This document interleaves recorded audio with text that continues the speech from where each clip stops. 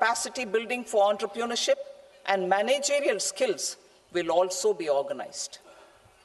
Measures for labor-intensive sectors. To promote employment and entrepreneurship opportunities in labor-intensive sectors, our government will undertake specific policy and facilitation measures. To enhance the productivity, quality, and competitiveness of India's footwear and leather sector, a focused product scheme will be implemented. The scheme will support design capacity, component manufacturing, and machinery required for production of non-leather quality footwear, besides the support for leather footwear and products. The scheme is expected to facilitate employment for 22 lakh persons, generate over 4 lakh crore rupees, and exports of over 1.1 lakh crore rupees. Measures for the toys sector. Building on the National Action Plan for Toys, we will implement a scheme to make India a global hub for toys. The scheme will focus on development of clusters, skills, and a manufacturing ecosystem that will create high-quality, unique, innovative, and sustainable toys that will represent the Made in India brand. Support for food processing. In line with our commitment towards Purvodaya, we will establish a National Institute of Food Technology, Entrepreneurship, and Management in Bihar.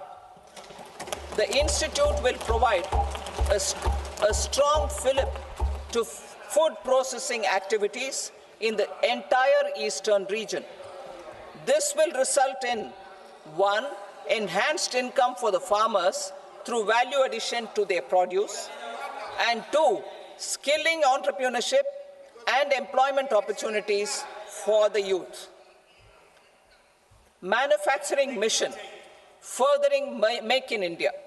Our government will set up a national manufacturing mission covering small, medium, and large industries for furthering Make in India by providing policy support, execution roadmaps, governance, and monitoring framework for central ministries and states.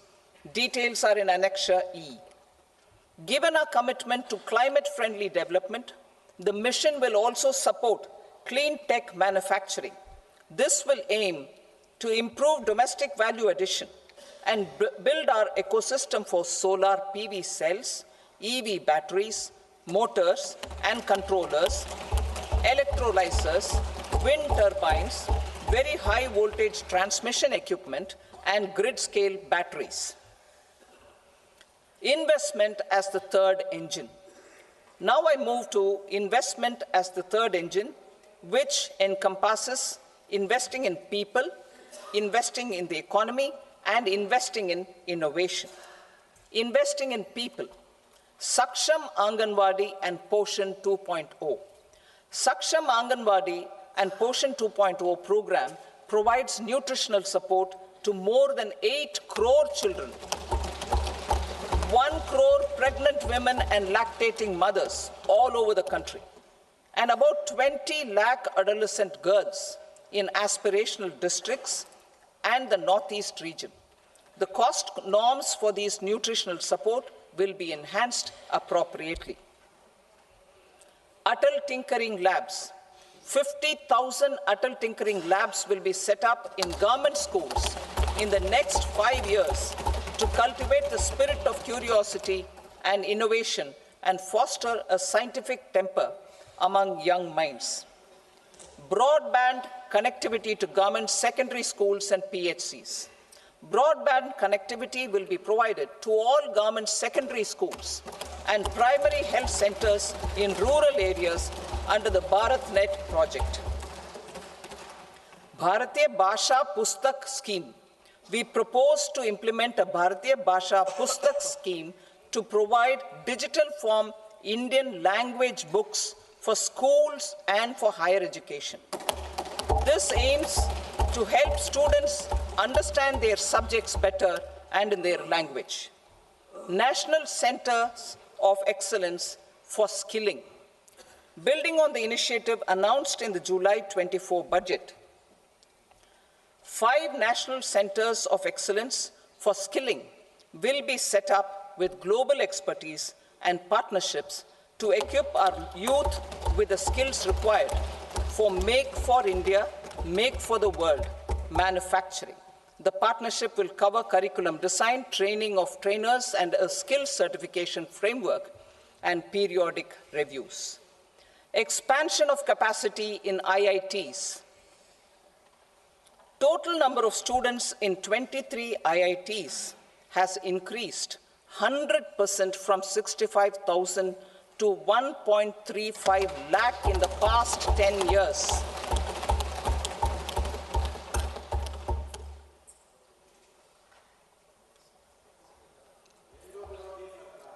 Additional infrastructure will be created in the 5 IITs started after 2014 to facilitate education for 6,500 more students.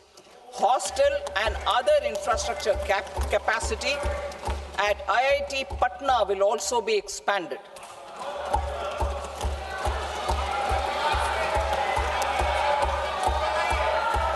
Center of Excellence.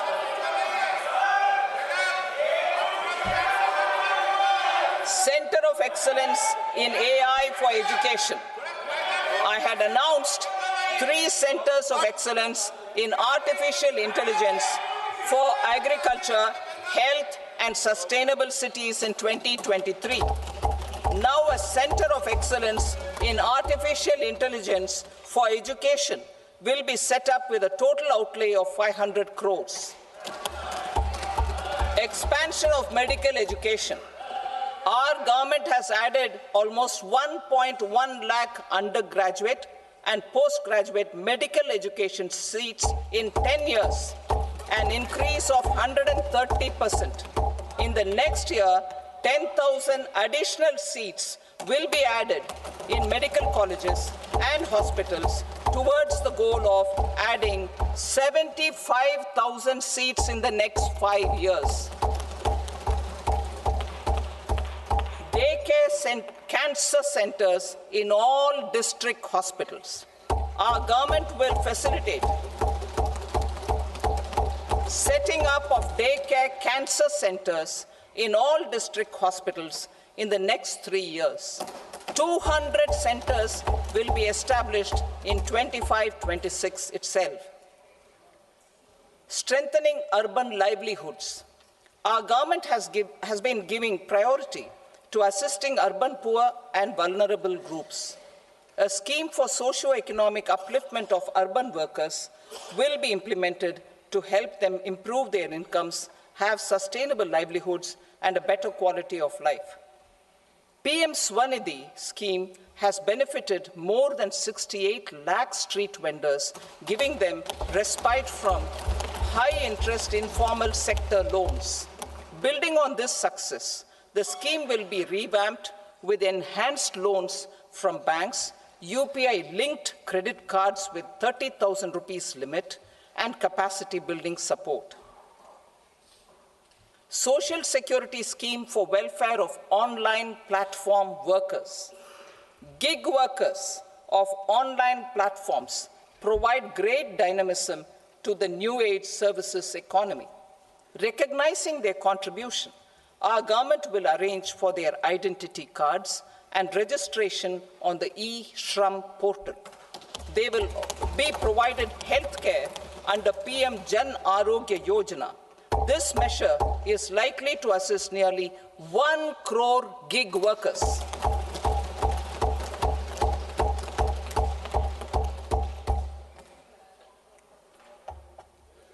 Investing in the economy. Public-private partnership in infrastructure. Each infrastructure-related ministry will come up with a 3-year pipeline of projects that can be implemented in PPP mode.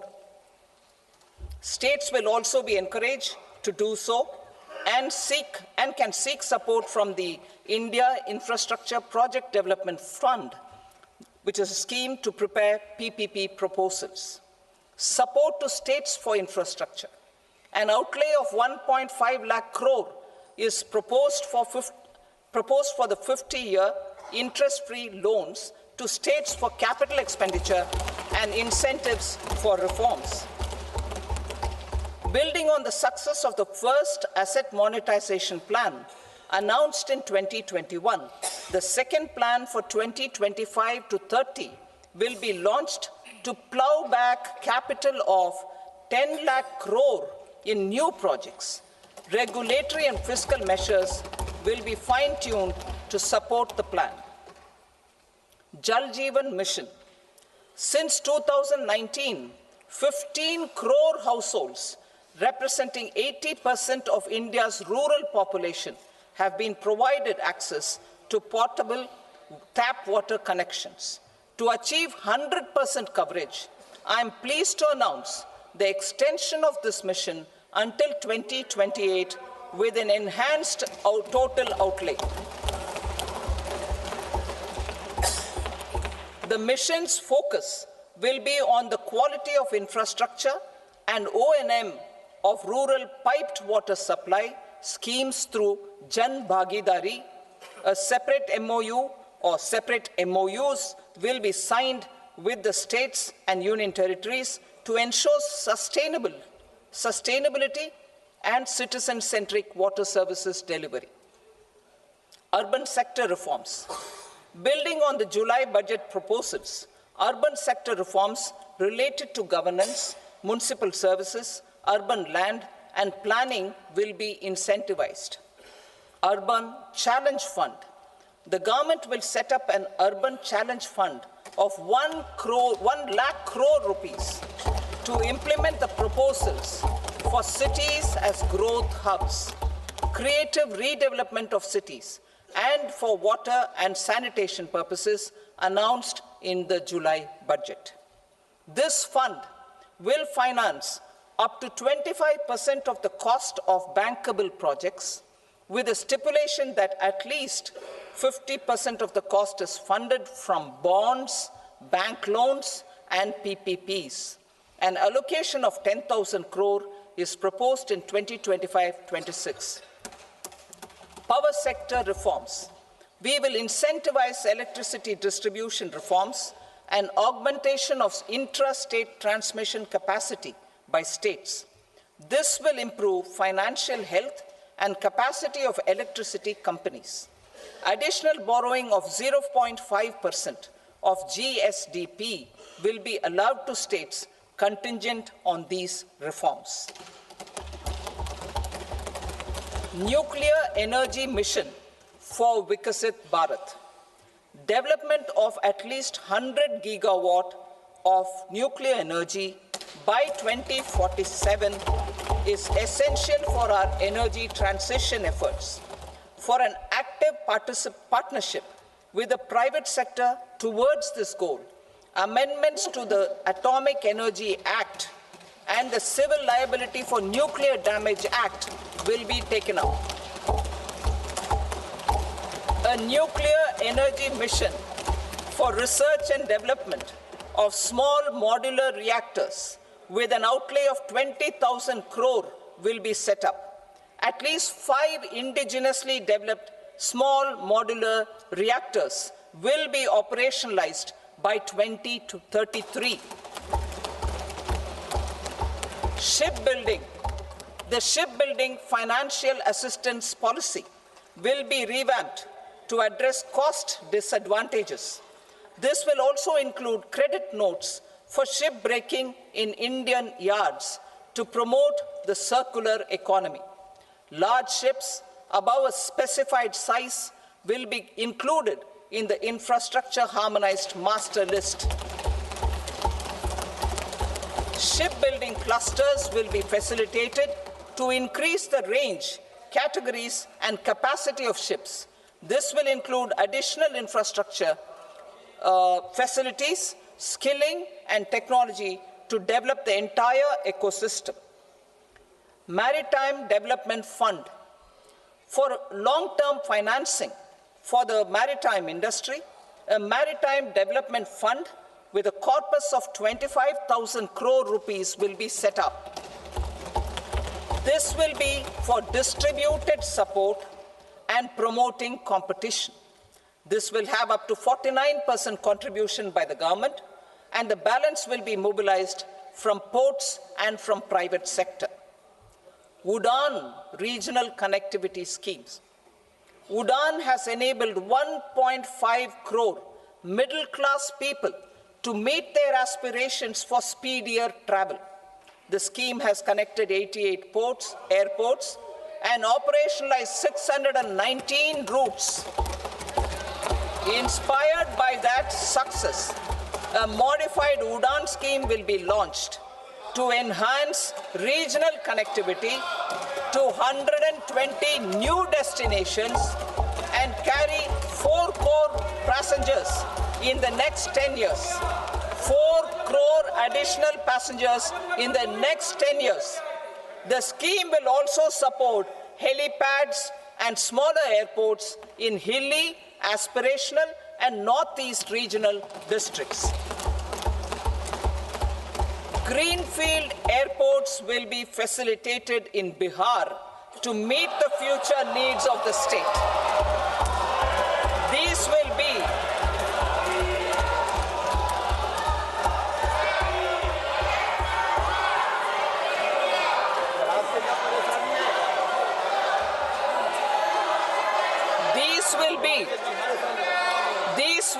in addition to the expansion of the capacity of Patna Airport and a brownfield airport in Beta.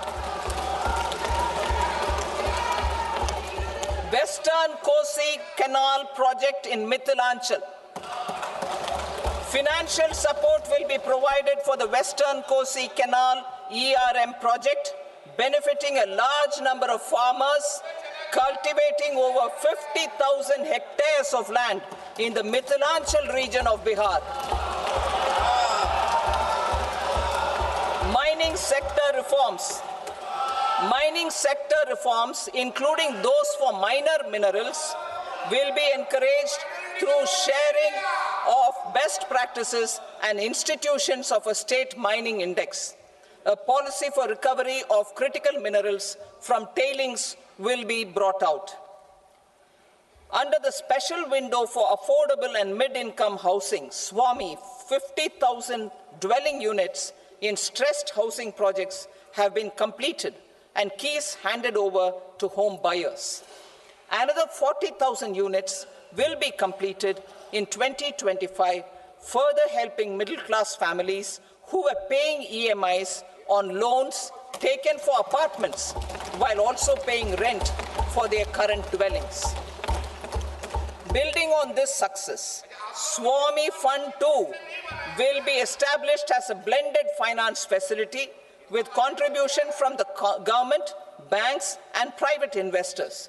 This fund of 15,000 crore rupees will aim for expeditious completion of another 1 lakh units. PM Gati Shakti data for private sector. For furthering PPPs and assisting the private sector in project planning, access to relevant data and maps from the PM Gati Shakti portal will be provided.